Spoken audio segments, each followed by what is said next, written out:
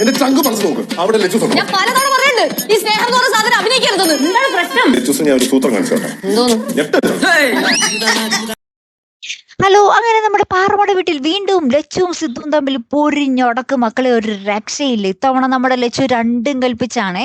വേറൊന്നുമല്ല, നമ്മുടെ ലച്ചുവിന് ഭയങ്കര പരാതി. സിദ്ധുവിന് പഴയ പോലത്തെ സ്നേഹം തന്നോട് ഇപ്പം ഇല്ല അത്രേ. അപ്പൊ ഇത് കേട്ട പാടെ നമ്മുടെ ഭവാനി അമ്മയും ഗൗരിയമ്മയൊക്കെ പറയുന്നുണ്ട്, അങ്ങനെ നീ പറയരുത്, എന്തൊരു പാവം ചെറുക്കനാടി സിദ്ധു, ഇതേപോലത്തെ ചെറുക്കനെ നിനക്ക് മഷിയിട്ട് നോക്കിയാൽ കിട്ടും എന്നൊക്കെ പറഞ്ഞാൽ എല്ലാവരും നമ്മുടെ സിദ്ധു അളിയനെ സപ്പോർട്ട് ചെയ്യുക കേട്ടോ. ലാസ്റ്റ് നമ്മുടെ ലച്ചു എന്തോ പ്ലാൻ ചെയ്തത് സിദ്ധു നടത്താൻ മറന്നുപോയി, അതാണ് മെയിൻ കാര്യം.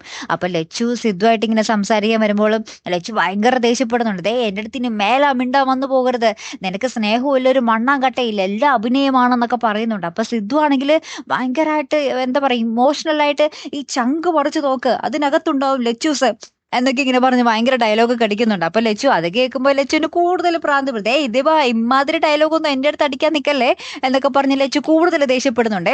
ലാസ്റ്റ് നമ്മുടെ ലച്ചുവിനെ ഒന്ന് കൂളാക്കാൻ വേണ്ടി നമ്മുടെ സിദ്ധു പറയുന്നുണ്ട്, ലച്ചൂസിന് ഇപ്പൊ ഞാനൊരു സർപ്രൈസ് തരട്ടെ എന്നിങ്ങനെ പറയുന്നുണ്ട്. അപ്പൊ ലച്ചു സർപ്രൈസ് എന്ന് കേട്ടപ്പോൾ ലച്ചു ഒന്ന് വീഴുന്നുണ്ട്. അപ്പൊ തന്നെ നമ്മുടെ സിദ്ധു ലച്ചു എന്തായാലും ഞെട്ടും, ലച്ചു നോക്കിക്കോ എന്ന് പറയുന്നുണ്ട്. അപ്പൊ എന്തായിരിക്കും ആ ഒരു സർപ്രൈസ്, എന്തായിരിക്കും നിങ്ങൾക്ക് ഊഹിക്കാൻ പറ്റും? ഒന്ന് കമന്റ് ചെയ്യണം. നിങ്ങളുടെ മനസ്സിൽ വരുന്ന സർപ്രൈസുകൾ ഒന്ന് കമന്റ് ചെയ്യണം. ആരുടെ ശരിയാവുന്ന നമുക്കൊന്ന് നോക്കാട്ടോ.